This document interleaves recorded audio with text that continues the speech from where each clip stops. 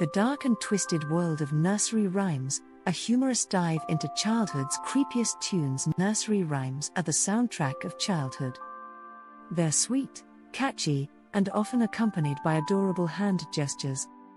But what if I told you that behind the cheerful melodies and whimsical lyrics lies a world of darkness, death, and despair? That's right, your favorite childhood ditties are basically the medieval equivalent of horror stories, wrapped in a sing-songy bow. So, grab your popcorn, or your security blanket, and let's take a darkly humorous journey into the macabre origins of nursery rhymes. Now, before we move on with the story, please, help a small channel grow. Like and subscribe. It means a lot to me. Okay, back to the story. Ring Around the Rosie, a plague party. Let's start with the classic, Ring Around the Rosie. On the surface, it's a delightful game where children hold hands, spin in circles, and dramatically fall down.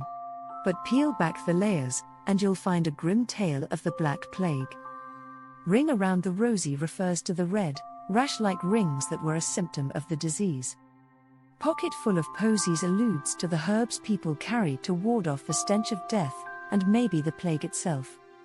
And ashes or a tissue, that's the sound of sneezing, another plague symptom, and the burning of bodies. So, next time you hear kids singing this, just remember, it's basically a medieval plague documentary set to music. Mary, quite contrary, the Queen of Doom. There's Mary, quite contrary, which sounds like a gardening enthusiast's anthem. But nope, it's actually about Queen Mary I of England, aka Bloody Mary.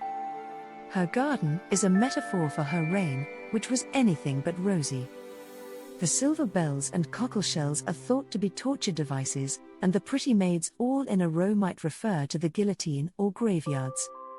So, while you're humming this tune, just picture Bloody Mary tending her garden of doom, pruning her torture tools, and arranging her victims in neat little rows.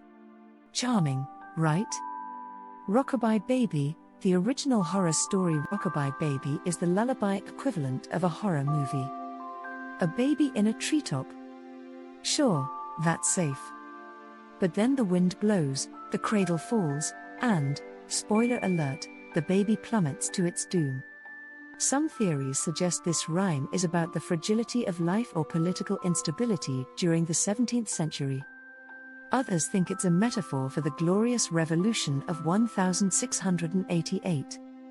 Either way, it's a terrible bedtime story. Imagine tucking your child in and whispering, "Good night, sweet prince.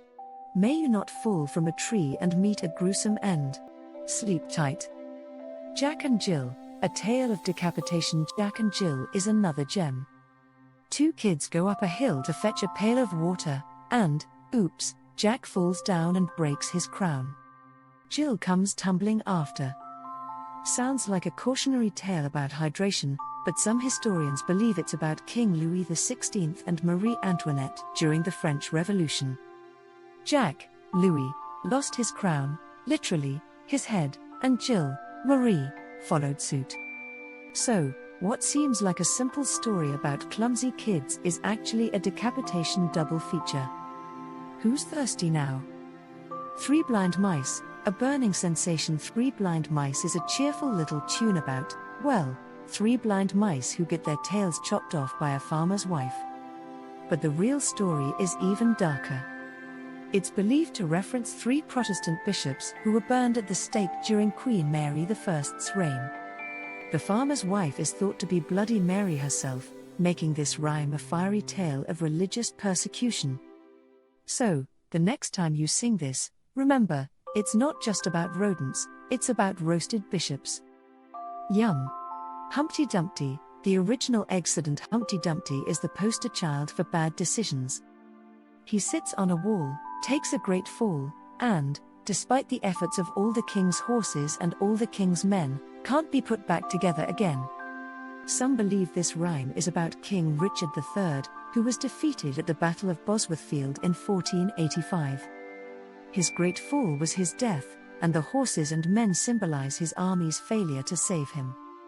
So, Humpty Dumpty isn't just an egg, he's a tragic monarch with a yoke-wide demise. London Bridge is falling down, a structural nightmare. London Bridge is falling down is a catchy tune about, well, a bridge falling down. But some theories suggest it's about the destruction of London Bridge due to Viking attacks or structural failures. Even darker? Some interpretations claim it alludes to child sacrifice or burial rituals to strengthen the bridge. So, while you're singing about falling bridges, just picture a group of medieval engineers sacrificing children to the construction gods. Bridge safety has never been so horrifying. Black sheep, woolly exploitation. Black sheep sounds like a simple song about a sheep and its wool. But it's actually about the medieval wool tax in England. 1/3 of the profits went to the king, 1/3 to the church, and the rest to the farmer. So, while you're singing about bags of wool, just imagine a poor farmer crying into his ledger, wondering why he's getting stiffed by the monarchy and the clergy. Indeed. Conclusion: the dark side of childhood. Nursery rhymes are like candy-coated nightmares, sweet on the outside, but filled with dark, twisted centers. They're a reminder that even the most innocent things can have sinister origins.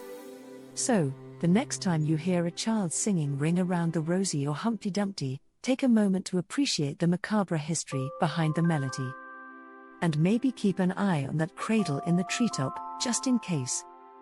After all, childhood is scary enough without adding decapitated kings and plague-ridden peasants to the mix.